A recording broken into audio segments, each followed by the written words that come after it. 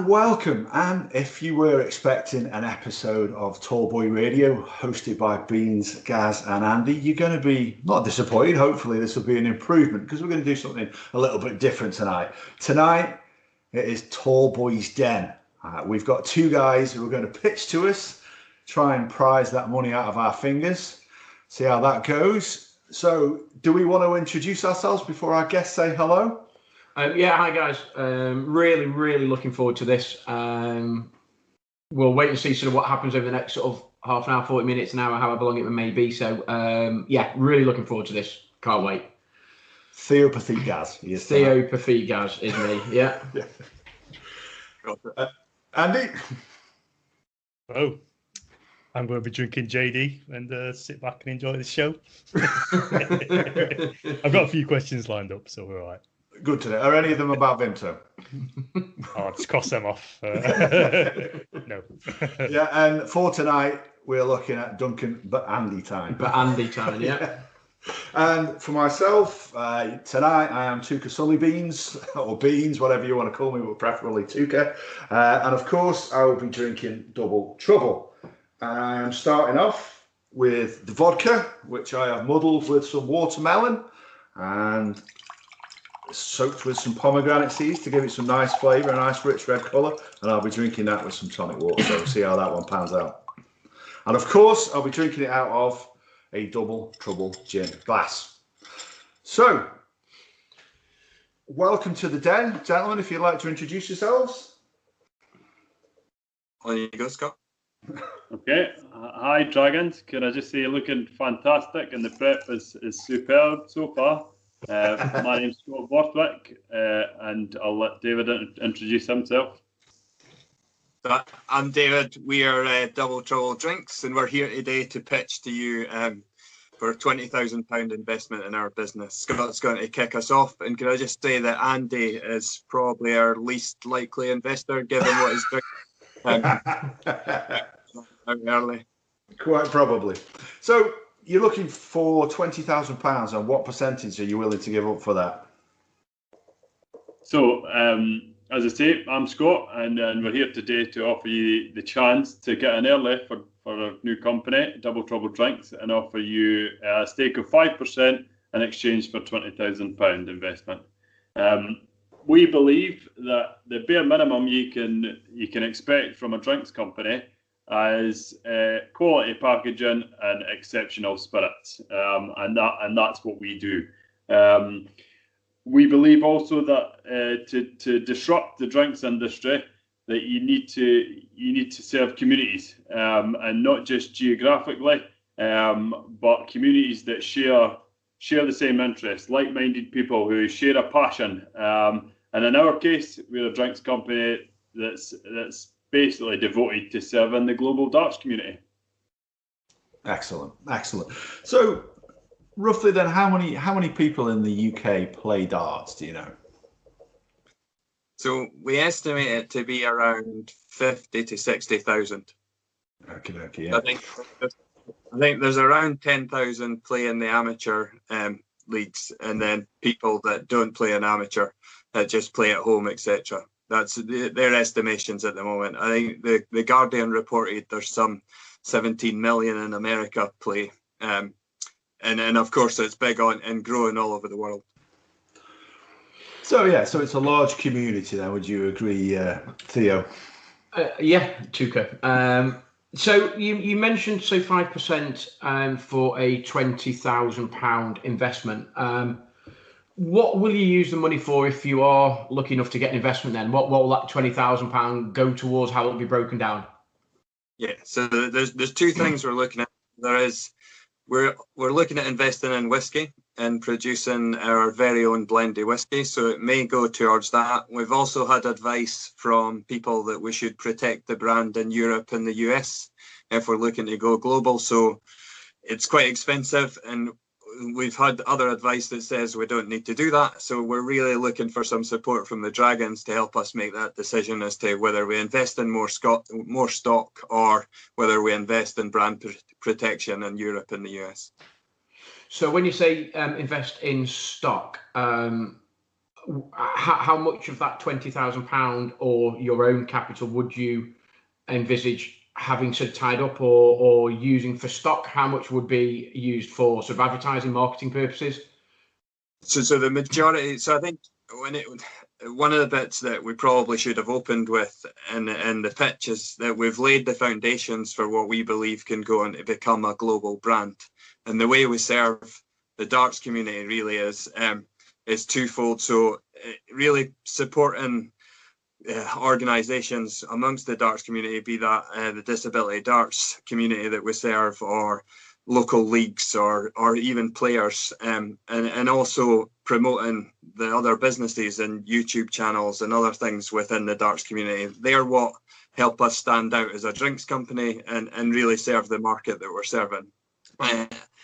And your question, so it'll depend on how much we invest in the brand protection and how much that I would envisage at least 75% will go in stock. Right, okay. So that's 75% of your children's inheritance, Theo. Yeah. So 75% in terms of stock, and so the brand protection. So you said that you had a bit of sort of advice in terms of, do you need that? Do you not need that? How much does that actually cost then?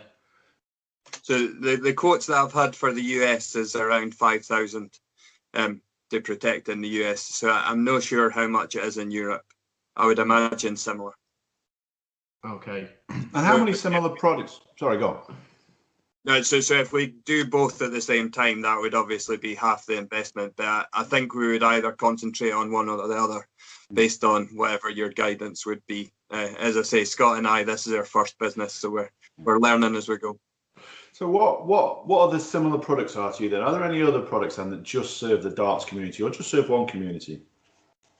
No, to our knowledge, I believe we're probably a world first. I think there'll be drinks companies that serve communities, local geographic communities, and that's who they mainly market to. But I don't think there are many that serve one global community with a similar interest.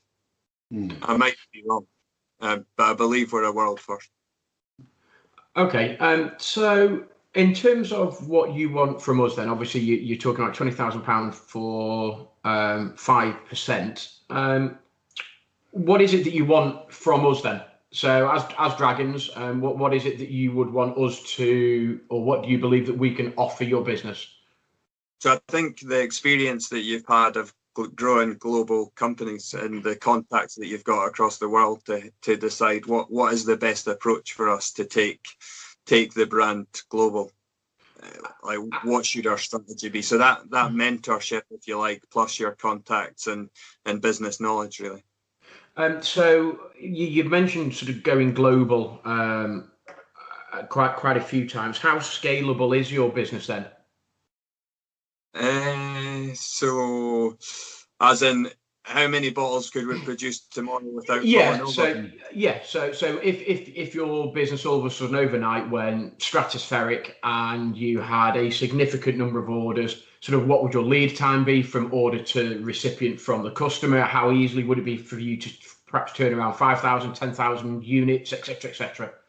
Yeah. So I think we could turn around 5,000 units in a month. I think we could turn around, if we got to 10,000, I think we might need to look at different options, because everything we do today is fairly small batch production.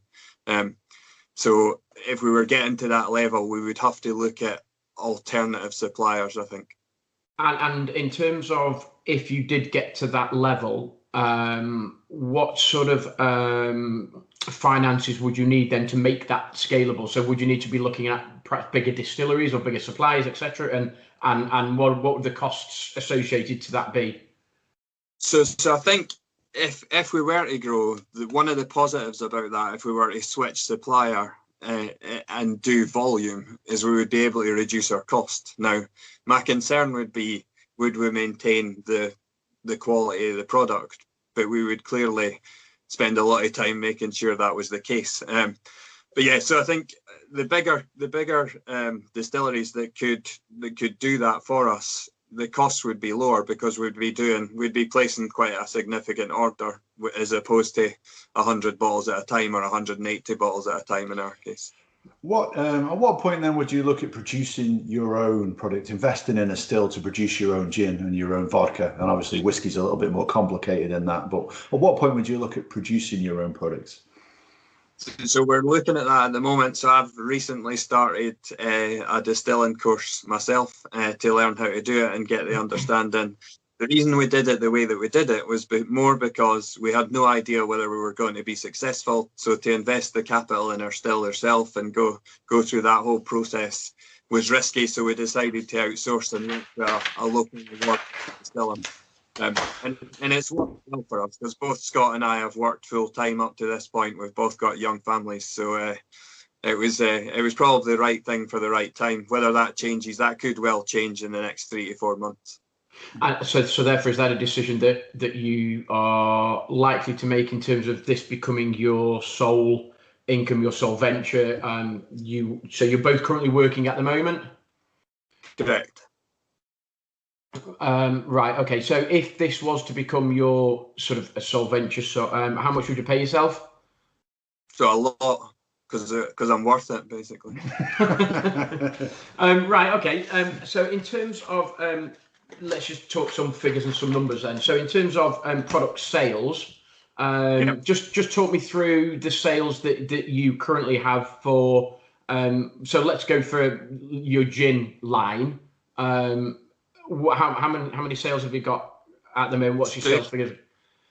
So for their first year, we've probably done around about 1,000 bottles all in. So putting all together, we'll have done we're probably more than that, but it won't be far away from 1,000 bottles. And what does a bottle retail at? 25. Okay, and then you mentioned, so your other lines then, so there's rum, which has only just recently been introduced, is that correct? Correct. So, I mean, in terms of sort of sales or projected sales for rum over the next 12 months? So I think we'll do at least 1,000 bottles of rum next year. And again, that retails at 25? 25, yeah. And would that be the same for vodka? Correct. And again, you would be expecting similar levels of sales over the next 12 months? Yeah. So I think either year 2 or year 3, we'll do around 3,000 bottles. Our aim really by year 5 is to get to 10,000 bottles sales. Per product line? No, so all total. So sorry, because that was by year. We should, depending on how well it goes, and the price of whiskey is slightly different, but we should also have whiskey by then in it. So sorry, you mentioned, was that by year 5 that you said? So you'd be looking at 10,000 bottles. We just frozen a little bit there. Yeah, that's right. He's disappeared. That'll be David's internet. He stays in the middle of nowhere. Right. So Scott, are you okay with numbers then? Are you all aware? So 10,000 bottles in total by year 5. That's the predicted outcome we envisage. Yep, if things went the same way. Yep. So effectively in year 5, you'll be looking at about 250 K's worth of sales. That's right. Yep. So that was how my maths was looking as well. So that sounds good. So tell us about the company valuation then at 400,000. Oh, so 400,000. That was slightly different from what me and David discussed last night. So unless I've got my maths wrong, is that right, dude? 20,000 times 20 is 400,000 here. Yeah. So what would you value the company at then? Well, I think we were kind of erring on the side of caution in relation to evaluation. We were going probably lower. I think they tell you to base it upon, I think it's 10% of your projected outcome in the first year or something like that. So then I think we had based it around about 200,000. When you start over egging it, then they pick up on it. So we were trying to go lower to save them digging holes into our maths, if you like, and then we would start tripping ourselves up. So I'm sure we based it on 200,000 when we went through the figures last night. So Right. Okay. So, so in terms of, you mentioned it by year 5, you would want, so you would expect £250,000 worth of sales. Yeah. At what point? Oh, he's back. He's here. So I'm just grilling Scott. It's fine, Dave. You just you just duck the finance. you just duck the finance questions. Absolutely. Yeah. Thank God you're back. Scott? So Scott was just going to give us. Scott was actually just going to give us 15%, but he said not to tell you that. But no. So we were talking about 250K's worth of sales roughly by year 5. Yeah. So that was in total, and that's based on about 10,000 units. How close to that then would be profit? How much of that would be profit by year 5? When would you expect to make profit? Yeah, so we were expecting, so we roughly work off a £5 margin, is what I was saying before my broadband decided to cut out. Now, a lot of the time we reinvest the profits in the business to develop new products as we're growing. Now, my expectation would be that by year 5, we've stabilised, we know what we're doing, and we are genuinely making that £5 as profit, and that could be paid as dividends to shareholders, or depending whether they wanted to exit with that amount of equity. Right. Okay. So you mentioned shareholders. So in terms of your how much capital you have for the business, so how much are you and Scott then going to put in personally? You don't have to answer that, by the way. I'm just pretending to be a dragon, by the way. No, that's fine. I'm quite happy to answer it. So I'm looking forward to hearing Scott's answer as well. So I've invested the majority. So I've invested about 20,000, and depending on where we take it to, we've not really asked our mum and dad, have we, Scott, about investing. I think they would help us if we needed to. So we could probably access another 20,000 should we need to. Depends how it goes with you guys. Right. So you've invested 20. You might be able to get another 20, and you've asked us effectively for 20, right. mainly to promote the whiskey line. Is that my understanding? Yes, it's really for your expertise in business, and also to help with the initial costs of protecting the brand, if that's how we decide to do it, or stock to keep growing and generate more profit to reinvest.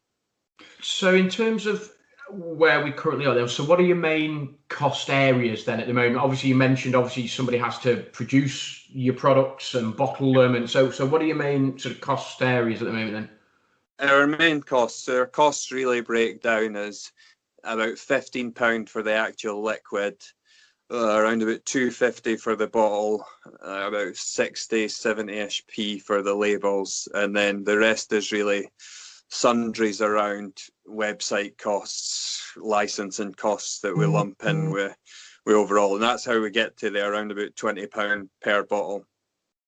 Right. So and okay. The main way for us to reduce our cost would be to do it ourselves, or scale to a size where we were using a major distillery to produce 10,000 units at with machines. That would be our main way to, if we wanted to try and half our costs, if you like, or reduce them significantly, that's the way to do it. Do you want to tell us about then the cost and the pricing of the whiskey that you're about to add then? Obviously, because that's a very different market, and I know Duncan over there is very interested in the whiskey brand that you have on offer. Well, so it was quite. This is the thing that I'm really excited about. So as much as I like gin, and I'm certainly a fan of the rum and the vodka, but whiskey is like a honeymoon in Islay. I've been to loads of distilleries all around Scotland, touring whiskey distilleries, and I'm a massive fan. So to have our very own blend created by award-winning blenders, with some malts from Islay, some various other grain whiskey from across Scotland, Speyside, etc., is quite exciting. And the place where they blend it is stunning, and I'd love to take some of the investors along there one day to see it. But yeah, so it's slightly more expensive. So the 50 miniatures that we've got this morning work out at around about £5 cost-wise. So the chances of us going big on miniatures with whiskey is probably quite slim, because that's quite expensive. And the way that we'll end up doing that, and I don't know if we've not really got anything to show you, but we'll end up having this core range of miniatures in a 4-pack. So we'll still be able to keep the cost reasonable for people, but we basically will not make anything off the whiskey, if you like, because we'll be trying to keep that price lower.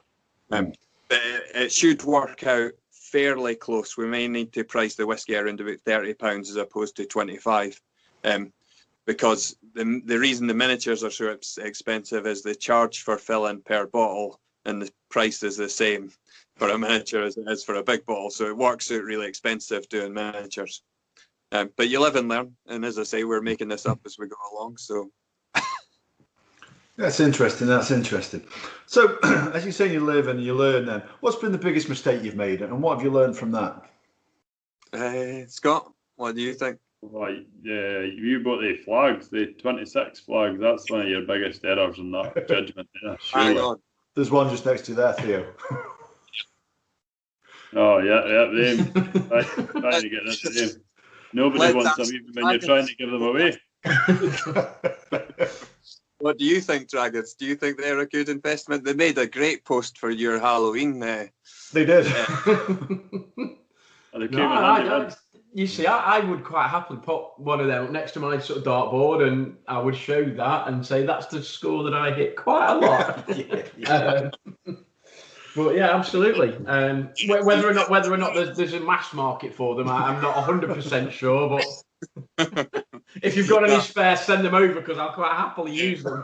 Well, we're going to include them in all future orders, basically. Just to try and get rid of them. Right. Sorry, just one question. Sorry, for me. In terms of getting your product to Europe and then to America, what difficulties do you envisage in that, and what are the costs associated with sort of exporting initially into Europe and then obviously into America? So the costs really are fairly low, as long as we pass the full cost of postage on to the consumer or the business that's buying, basically. So we can ship to Europe for around about between £12 and £18, and we can ship to the US for about 26, I think, was the last cost that I got. And hence why we created products for particularly the German market, where it was buying more than one bottle, so that it was like they were paying the same amount per bottle postage-wise than people here. But we like, as I say, we're inexperienced about marketing in Germany and other parts of the world. So I think hence being on the show, really, and hopefully you'll be able to give us guidance on what the best approach is. Well, certainly Theo and I both have a BTEC in business and finance, so we do. That offers you some reassurance. What does that? Duncan, bANDYtyne, what do you think? Duncan? Hi. So I was just going to ask you, you guys said you're both working. What's your backgrounds? Go on, Scott. My background is completely nothing to do with anything that I do with Double Trouble at all. So I work for a housing association as a clerk of works. So completely different, and as you could probably see, because some of the posts we just make it up as we go along half the time. So nothing at all in the drinks industry or in marketing. So, but you do drink and play darts. Oh, that's the main point, is it not? Is that not why we're all here? Yeah, very much so. Very much so. So, so I'm similar. So 20 years in the telecoms industry. I was sponsored to do a business degree, and then realised, what have I done 20 years in the telecoms industry for when I could be working in the drinks industry? So yeah, that's how it sort of came about. And then probably back to the biggest mistake question was when I asked Scott if he wanted to partner with me. In terms of, I just mentioned that, in terms of the ownership of the business, then is it just you two? Are you? So you're 50-50 straight down the. No. David doesn't let me see any of the. 100% Dave, is it? Yeah. Just fix your brains whenever you need, right? So, in terms of that, then you're willing to give up 5% to one of us, or would you, if there was more than one dragon, would you be willing to give 5% to each of those? What would you be willing effectively to release? Yeah, I mean, so depending on the dragon and what they think they can bring and how rapidly they could help us grow and serve the customers across the world, then we would be willing to give up more. Like probably quite a lot more if there was a belief in to work with us. It's going to take someone that's willing to put the effort in, because as we say, this is our first business and we're learning a lot as we go, really. So yeah, we would be willing to give away more for the right dragon.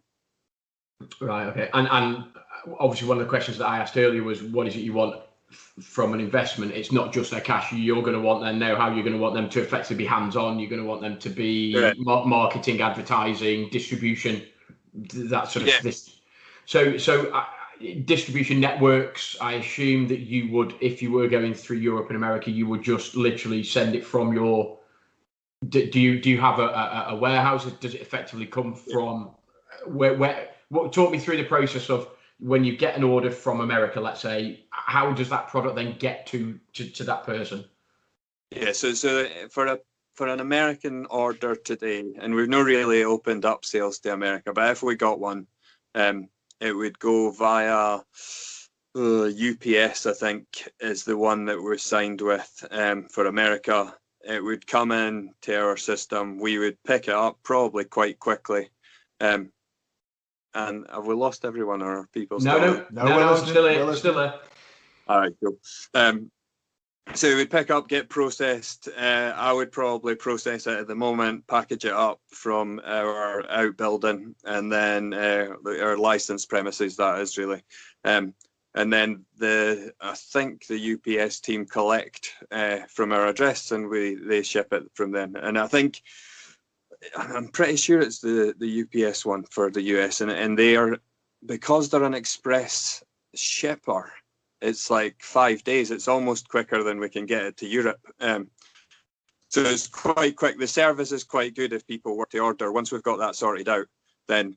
But I think it's just the expense. Unless they're buying 3 bottles, like £25 shipping is expensive to add on to the cost of the gin. Yeah. So that's our biggest problem. And I think there'll be alternatives. Like, we know we've been in contact with a company in Germany who are willing to ship from Germany. If we wanted to ship like 100 bottles or 1,000 bottles to them, they've said they would ship it from their warehouse for us.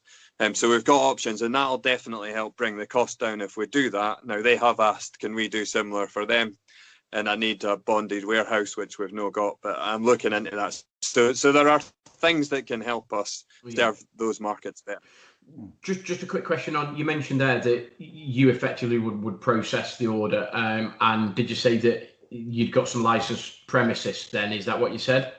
Yeah. So how big is that? And I suppose it goes back to my scalable question in terms of how much stock do you hold in there, if any, or? No, we hold a small amount of stocks, probably around 200 bottles max, and then any bigger volume stock stays at the distillery. So okay. So there's space. If we wanted to produce 5,000 and hold it, we could do that. Right, okay. So just going back to your products then. So obviously we've talked about the whiskey, the rum, the gin, and the vodka. Would you say then the gin was your number one product? That's what you launched with. I have to say I'm drinking it now with berries and tonic water as recommended. I've gone with blackberries and blueberries, and it is an excellent product. Would you consider that your premium product then that you push out there? That's what you're known for? Yeah, I think, well, if you can remember back to when we started, the first question we asked was, what spirit would you like us to make? And gin won by quite a margin over vodka, and I think it was and I think even still, if you were to look at global sales of spirits, gin will still be up there as one of the biggest sales, and I think for that reason, and the fact that it tastes pretty good, then we're a customer base. But I think people will try different things. That's one of the things that why we've gone on to do vodka, why we've gone on to do rum. And I think even some of the suggestions that were made on here around do we do special limited edition stuff for the for like professional or ex-professional darts players and things like that. In terms of the gin, There oh sorry, things that we can do to keep the product fresh. No, go on. No, just because in terms of the gin, then you're not concerned that it does seem at the moment to be quite a sort of saturated, crowded marketplace, and what would stand you out from other sort of locally produced sort of gins, as well as the bigger, more well-known sort of gins that you see nationwide? Yeah. So the main thing that stands us out, and the main thing that the way that we chose to compete really was just to pick one community and serve them as best as we could. And the ways that we serve is really with the competitions that we do, or with the sponsorship that we do, or with the support and the disability dart stuff. Basically, if you've got a choice of 100 gins to choose from, or more probably, and you're passionate about darts, then you're probably going to choose ours. I've noticed you're very tapped into the community then, the social media community. You know, as Scott said, you post a lot, you post daily, several times a day, and you get a lot of feedback from people and people buying into it. And obviously recently we had the Dart Wolf giveaway, which was fantastic to see. How do you grow that then? How do you grow from your 4,500 followers that you have today? How do you grow that to 45,000 and still have the buy-in off all of those? Oh, that's a good question. That's why I asked it. Scott, do you want to take that one? Well, we need somebody that's trained in marketing for that would certainly help, because we just look at other companies and the way that they run competitions, or the way that they promote their business, but we don't really want to be the same as them per se. We want to stand out to our community, so the darts community. So we try and make our posts slightly different in that sense. But I don't know how we grow for that point. Obviously, promoting different spirits is one thing. Maybe we'll have one-off bottles in the future of different flavors, or different flavored vodka. So we're kind of evolving all the time, I feel like. But other than that, I'm not quite sure how we would get further followers. So leading on from that then, and obviously you do a lot in terms of the social media aspect. Where do you currently advertise then? How do people know about your products then? Is it just through social media, or are you in any sort of written press or locally, or? It's purely social media. I mean, the three accounts that we've got, obviously Twitter, Facebook, and Instagram. It's probably more prevalent on Twitter, because you're getting quite a lot of engagement with people, and people are feedback, and obviously you kind of have more of a conversation via Twitter rather than the other two. The other two are kind of harder to gauge, and whether people are looking at them, because we didn't get an awful interaction, especially via Facebook. It's hit or miss. I mean, there's some posts we put out and we think, oh, we should get quite a bit of feedback for that, and you're lucky if we get 10 likes, and then we'll put something else out, and then you'll get 60 likes, and you're thinking, well, what's the difference between that one and that? And so Facebook, I mean, with the adverts on that, unless you're paying for them, they don't get the reach that you need. We discovered that. So one last thing, just in terms of the social, if your answer to my last question as to where do you advertise currently, can what you hope to be a global product that serves a global darts community, can that survive purely based upon social media advertising? I think we will need to change our approach, but even just to stay current and stay fresh. So I think, we are in things like the print of OK magazine or Darts World magazine. We've advertised in both of them.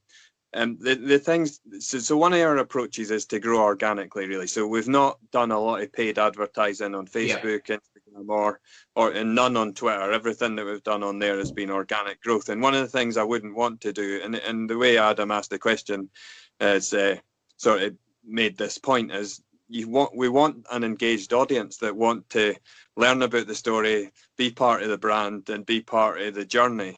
No, like, there are ways for us to get 100,000 followers, right? But it's no what we want to do, basically. I'd much rather people speak. Like, a lot of the interest has come from people telling their friends about us and things like that, and that is how we want to grow. Now, that won't help us grow at scale overnight, but it's what's made us get to where we are today.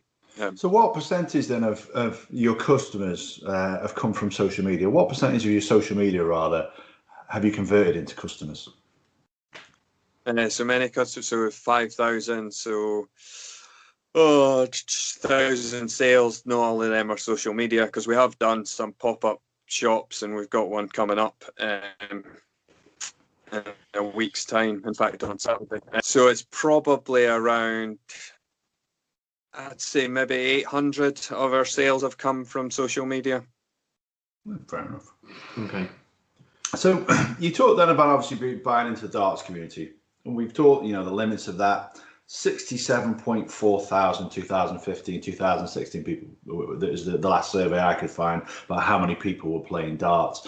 And I believe you've mentioned about the idea of tapping into other communities. Have you got any other communities in mind then that you would be interested in getting involved in?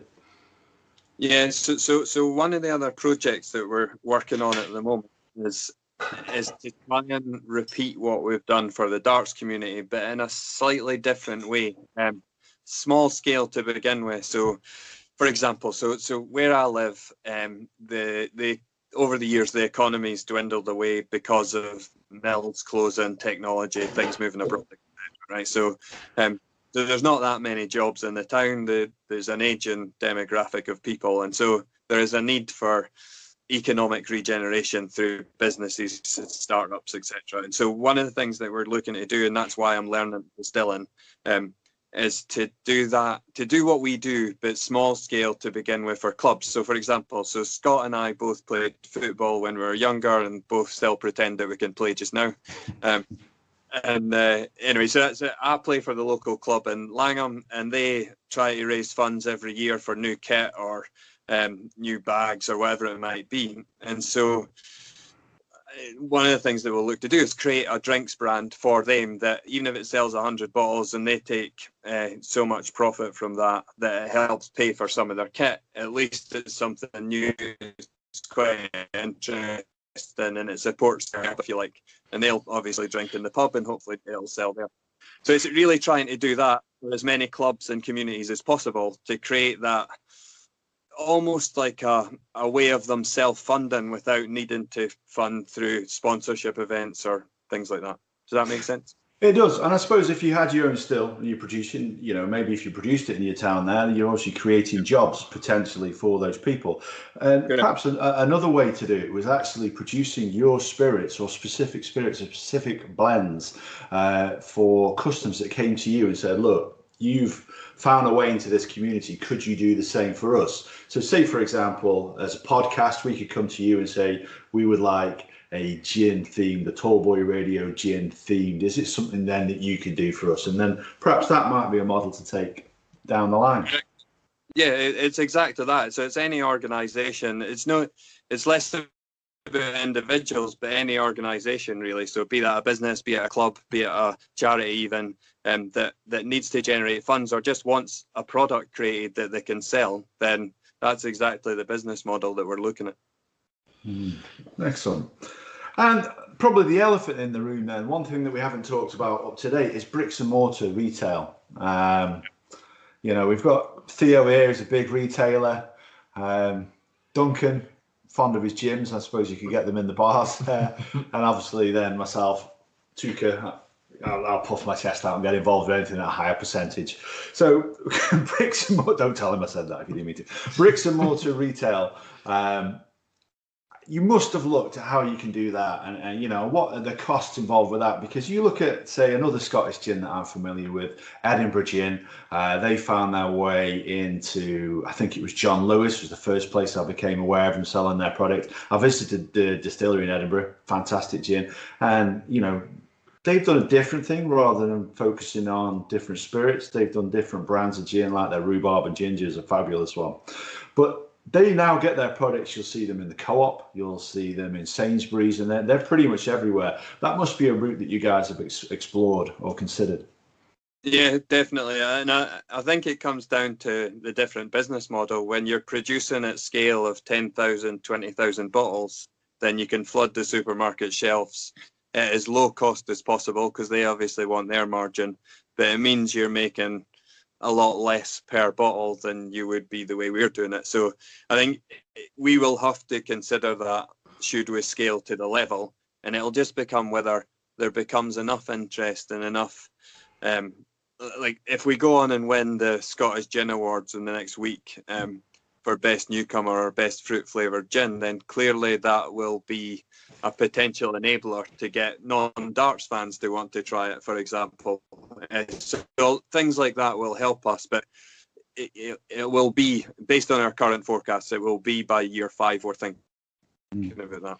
And the way that we're trying to serve customers in shops is we're without the cost, if you like. So we're doing pop-up shops where we can, where like the one that we've hired at the weekend is low cost, hire it for a day, let people know we're there, come along and buy a hamper for Christmas or whatever. I was just gonna go back to some figures. So I'm going to grill you on the figures if you didn't get the sort of the idea of this. I was the figures man. So you mentioned by year 5 you expected sales of about 250k. Yeah, that's right. And I've just been looking. Did you say that the currently cost per bottle will be about £20 a bottle? And it retails about 25. Correct. So you're looking at effectively in year 5, based on your current figures, effectively looking at costs to be about 200k, sales to be about 250k. Correct. So you'd be looking at what, about by year 5 a 50k profit, gross profit, 50k net profit, gross profit. So 50k gross profit. So what would be your anticipated net profit then? Let's say in year 2 and then year 5, if it isn't, well, let's say not year 2, because I don't suppose maybe you'd be making a profit, but what would be your net profit then in year 5? So I think it would be 40,000 based off rough tax costs. So 40k in year 5. Okay. And then in terms of between now and year 5, are there any other investment opportunities? I mean, obviously you're asking for £20,000 off one of us for 5%. You've mentioned the 20k you guys can put in. Are there any other sort of avenues down the road that you've thought about exploring, or are there any other potential sort of, I'm thinking of heavy investment in terms of, would you be willing to take on other partners? Are there other routes that you've investigated? Yeah, I mean, we have looked at, should we consider things like crowdfunding to generate capital, is the other one we've given it a brief look, and because of the den, we're not really allowed to look at that for so long after it's been aired, but that may be a way for us to generate capital. And in terms of how the business is owned, currently it's a partnership, yeah? It's a limited company with 10 shares. I own all 10 shares. When so Scott right, okay. Equity, and then he can.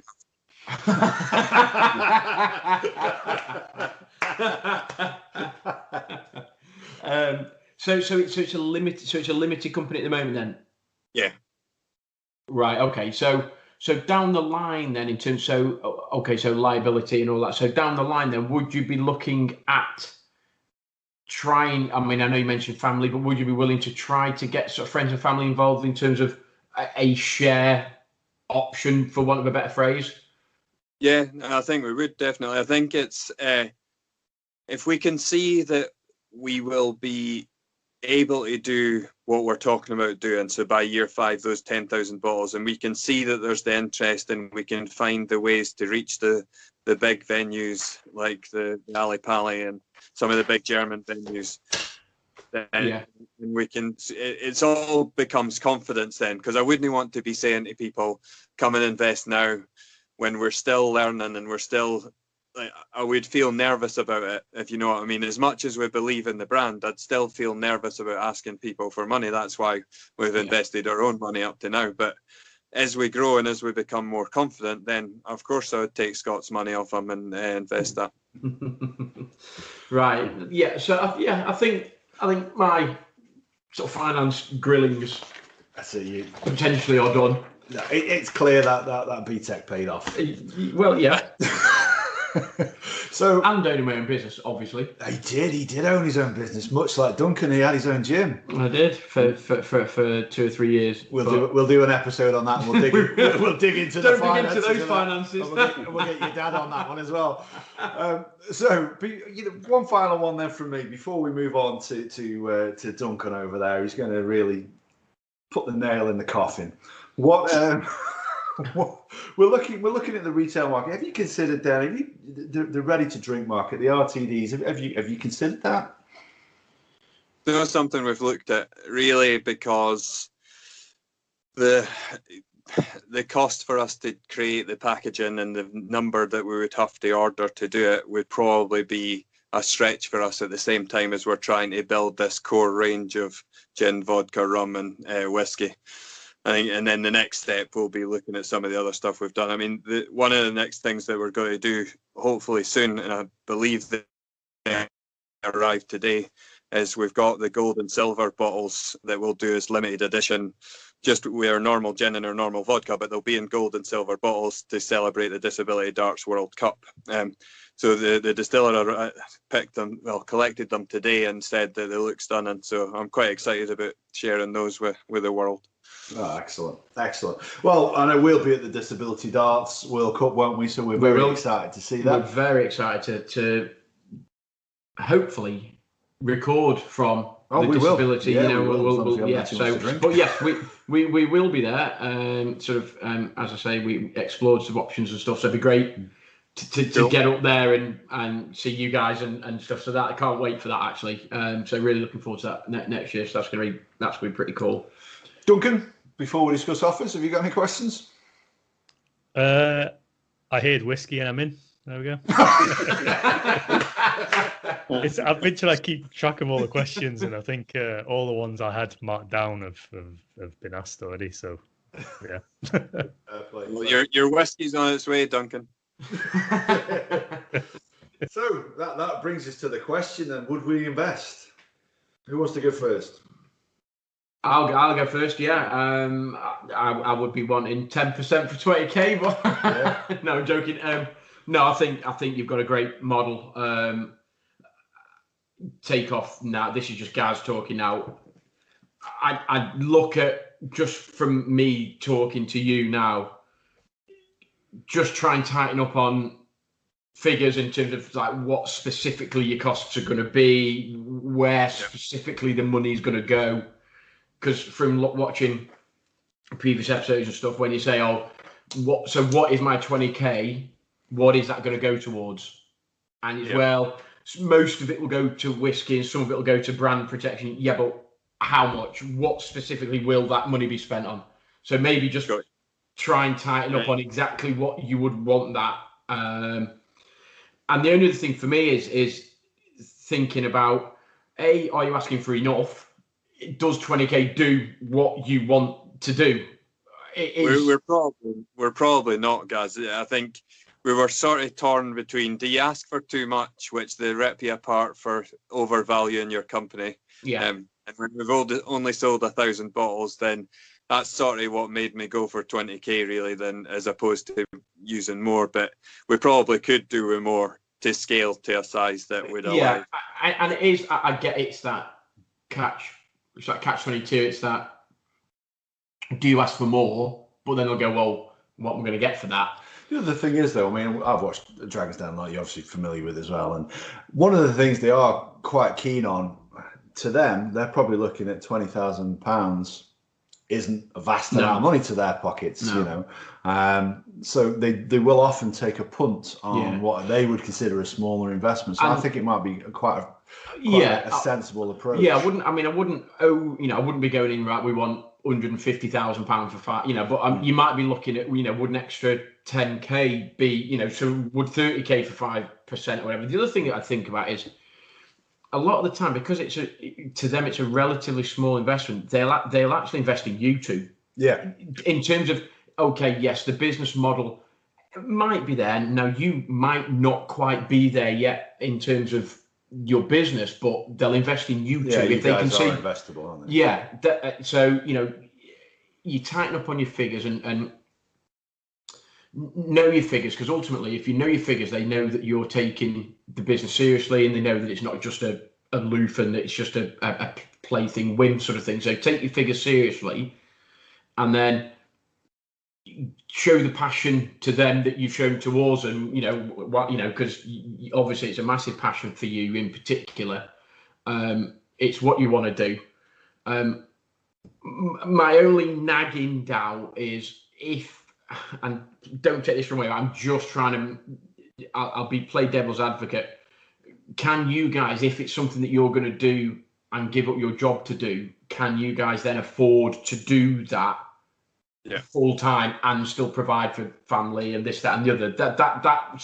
That's the only thing. I say negative, and that sounds horrible, doesn't it? But for me as an individual, that's the only thing I would say.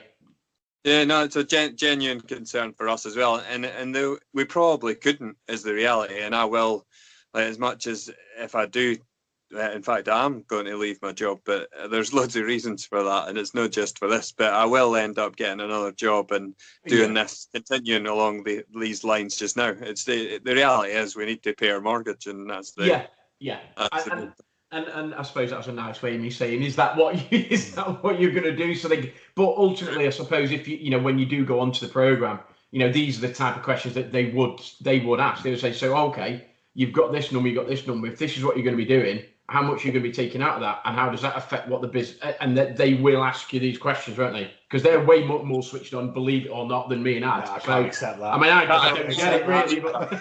I cannot believe that. And I think the way I would respond to that really would be just to say our plan is not to take anything, and maybe Scott will fall off his chair again here, but our plan is not to take any money out of the business for the next 5 years. Is to invest it all. So I will need to get another job and continue doing it in a similar way that we've been doing it. And therefore, if you are going to do that, because it won't grow to scale. Yeah, but if you are going to do that, and I suppose if I was a dragon, I'd be like, okay, so if you're all going to be working as well, how much time are you then going to dedicate to this? And is that worth me? And are you expecting me as the dragon to then effectively do your work for you, and you've got another bit of a job? Do you know what I mean? Yeah, one thing actually that we never touched on, I've got a question here, I've just realised I've missed it, which I think is key. We never really touched on the charity and the salary. I know you guys mentioned it, but we never picked up on it, did we? I know probably Duncan's kicking himself now. I can tell the look on his face. He had that question jotted down. But I think that for me is anything that an ethical business is.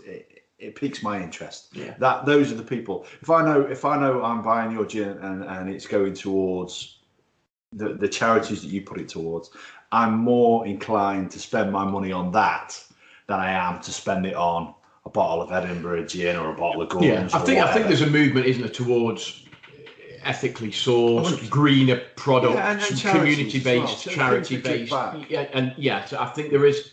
So that certainly that would be worth mentioning in the pitch, maybe. And I know you perhaps can't talk numbers, but you know, how is the business spawned? What's the driving philosophy of the business?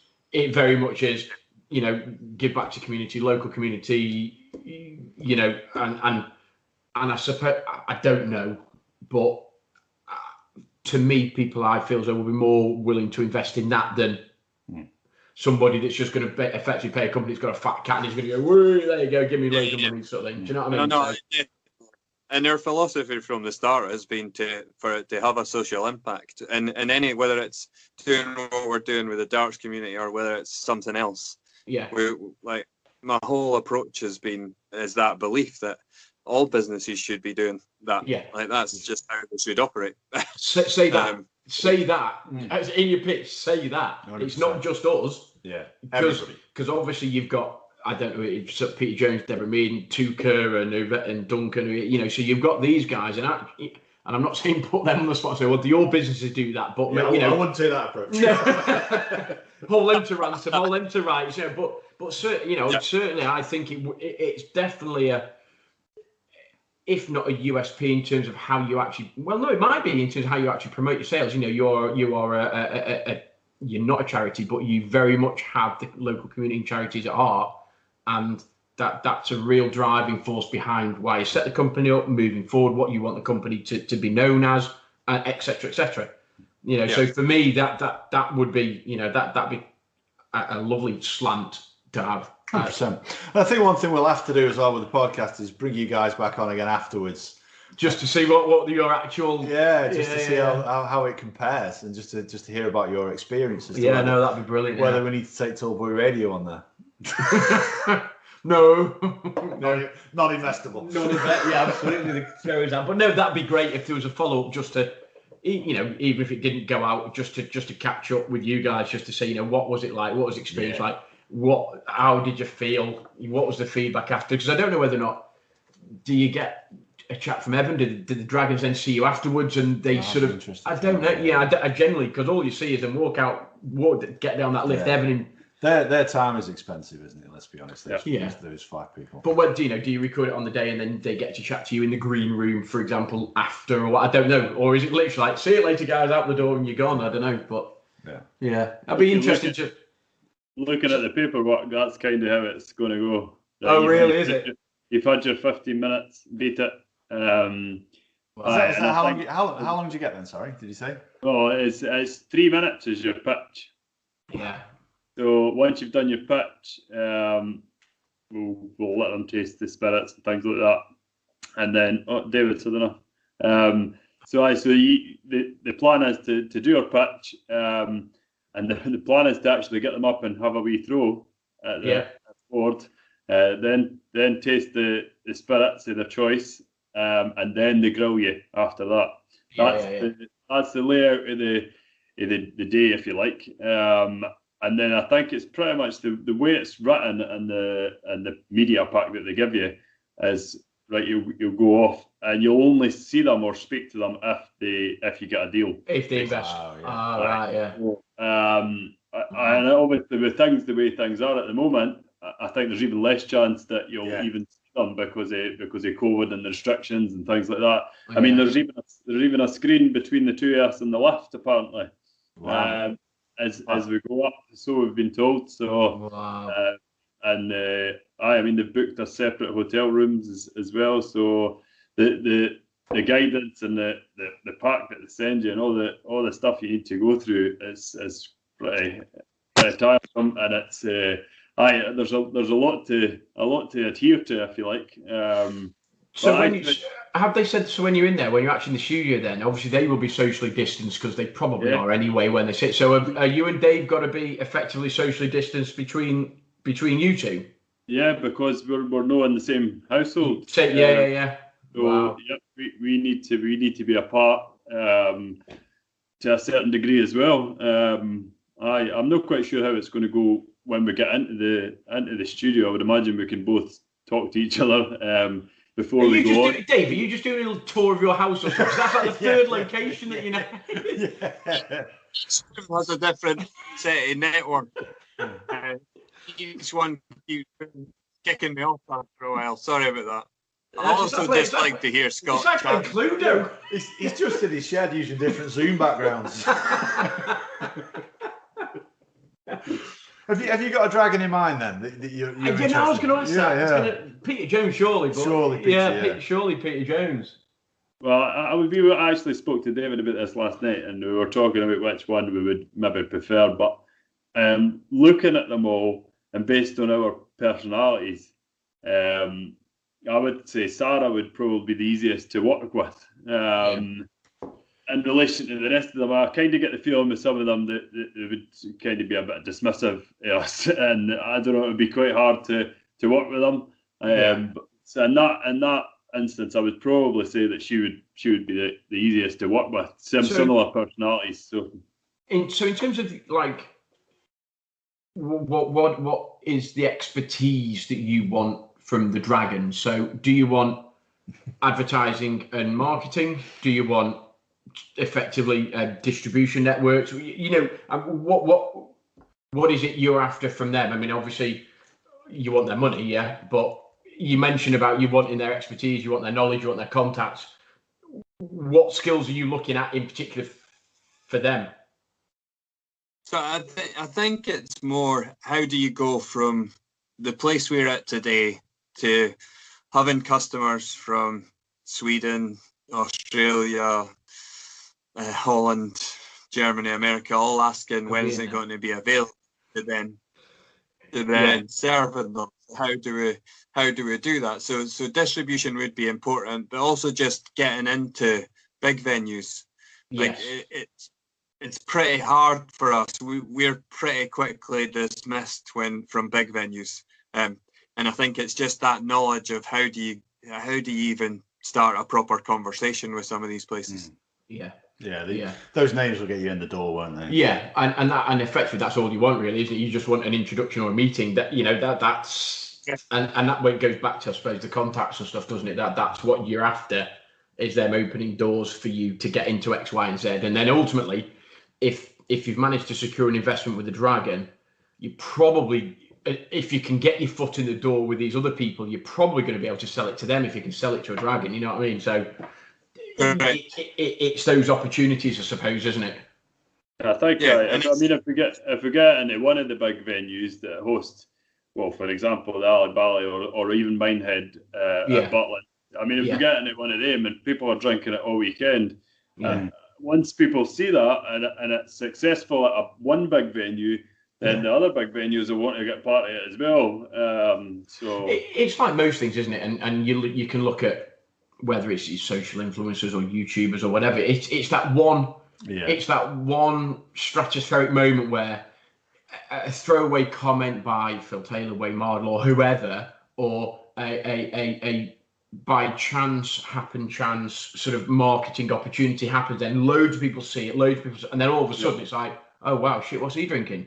And then it's like, oh, he's drinking this. Oh, I've got to get some of that. And then all of a sudden you just go like that, don't you? It's like, woof. That's it. And it's just that one opportunity, that one little nugget of, and it could be somebody that follows you, somebody that drinks, whatever it may be. It's just that one little boost. And as soon as you've got that, it just snowballs then after that, doesn't it? And all the things then fall. And as you say, Minehead get it, and Ali Pally like, God, we've got to get involved with these guys. And then all of a sudden you look at the island one, the ground, so you double in and double out or whatever, and then you look at the Rico Arena and you look at, well, if that's the case, then all of a sudden wherever the European tour goes, you've got to look at their venues and blah blah blah, and all of a sudden it's like, Jesus Christ, and you went from this to that in 2 years, 5 years, whatever. And if you're going to these venues and you're going to watch the darts, you're more inclined to be buying the Double Trouble product. That's why you're there, because people love the darts. So, and we feel that the taste of the spirits, the quality of the spirit is good enough that you will continue to drink it. It's not as if you're going to just have one or two and think, oh, well, that was all right. But we think that they'll continue to go for it after that. So no, great quality products. Absolutely. I think if the Dragons don't take you on, we need to pitch this to the Wolf, don't we? we do need to pitch it to because whether he'll open doors or not, but he looks like he's got a bit of backing behind him, doesn't he? Wherever that's come from, I don't know. But just on that, I mean, obviously, don't give away anything that you don't want to. But I assume that's something that you guys would want to carry on sort of moving forward as you and Dark Wolf, and because that matchup, I mean, it's great for us because we've been involved in not involved, that's the wrong phrase. We've obviously know you guys, and Dark Wolf helped us massively in our Well, charity's big with him as well. Yeah. You know, Yeah. certainly we know how much he donated to us. Yeah. How much did we raise in the end? Was it Was it 13? about 13 About 13 grand or something? Yeah, Yeah. and he put over 10 of that in. So yeah, which is just like ridiculous, like just absolutely ridiculous. Literally, it's ridiculous. I had texted him the very first time. I had texted him. He's like, "Have you seen our the Just Giving page?" I was like, "No." So I went on there. I was like, "What? Who's this dude?" Oh, yeah. It's literally. And that's where the story started. And that's where the story started. Yeah, absolutely. But yeah, so that's we're sitting here as TBR, and we're thinking like, okay, so we know Dave and Scott and Double Trouble helped us out with our charity and helped out with our, with our record attempt, and obviously Dartwolf did as well. And then it's now, well, actually those two are now talking, and that's brilliant. Yeah. As far as we're concerned. So, that I'm dead excited as to where that can go. And one question I did want to ask you: he's obviously launched his YouTube channel. Have you had any discussions about you getting your product either endorsed on there? Are you allowed to do that? Can you do that? On his YouTube channel? Yeah. So I think on his launch, he mentioned us as a partner. Right. Yeah, it went along the bottom, didn't it? Yeah. He thanked Double Trouble Drinks. I saw that on the bottom of the launch, yeah. So I don't know whether what will happen with that. I mean, it was a very quick conversation over Twitter, really. He says, I'd like to give out a load of prizes. How much for 100 taster packs, right? Go ahead. In the next 10 minutes, the money was in the account almost. It's incredible. So, yes, he seems genuine and seems to want to support like small businesses and help them out. And he's done a lot for others in it. So, yeah, hopefully we'll continue to work with him. Yeah, that'd be brilliant. Yeah. So I think that just about wraps us up for this. Yeah. We're just over the hour mark. Like I say, you'll certainly be endorsed on our YouTube channel when this one goes out. Yeah, loved it. So should we say our goodbyes, David and Scott? First of all, thank you very much for enjoying, for sharing that with us. We've really enjoyed it. Great pitch. First of all, congratulations on being finalists in the Scottish Gin and the newcomers and the fruit flavoured categories. I don't doubt you'll place really, really highly on there, and I'm pretty sure that you've got a quality enough product to win at least one of those categories. Yeah, but congratulations on just getting your name in amongst. I was looking through the other finalists, and there's some big names in there. So yeah, congratulations on that one. And thank you very much for joining us. So if you guys would like to say your goodbyes first. Thanks very much. Thank you. It's been a pleasure. Thank you. As always, next time, drinking. Yeah. I feel like I've missed out watching you two drink. We're professionals. We get the podcasts are rubbish, but we drink okay. So that's Duncan. Thanks for letting us be involved. Good luck with Dragon's Den. You answered all the questions quite well, so yeah, we'll see the TV episode soon, hopefully. Yeah. Hopefully, know the bloopers TV episode. Yeah, really enjoyed it. Loved chatting to you guys. Loved sort of grilling you for a little bit on the numbers and stuff, but I'm sure it's nothing compared to what you'll go through on the day. I'm just genuinely excited as to where you guys can go. I love the idea. I love the philosophy you've got for your business and everything. So yeah, just dead genuinely excited about what could happen. Love this episode. Love you guys being involved. Would love you to come back on, as we've said, afterwards, talk about your sort of experiences on the show and stuff. And I'm pretty sure that I can say this won't be the last time that we'll be hearing from you guys on TBR. So all the best. Hope the episode goes really well. Hope you get an investment. And basically good luck from me for everything that the future holds for you guys. Yeah, I totally echo everything that Gaz has just said there. Gaz and I, and obviously Andy through the TBR, but through the darts, we've been really bought into your story from the start, and we've been excited to see which way it goes. So when you told us you're going to be on Dragon's Den, I tell you what, we were excited to hear that. Yeah. So first, you really have to say good luck with that. I hope it goes well for you. I hope you get what you want out of it. But for TBR, I'm out. Yeah, and I'm out.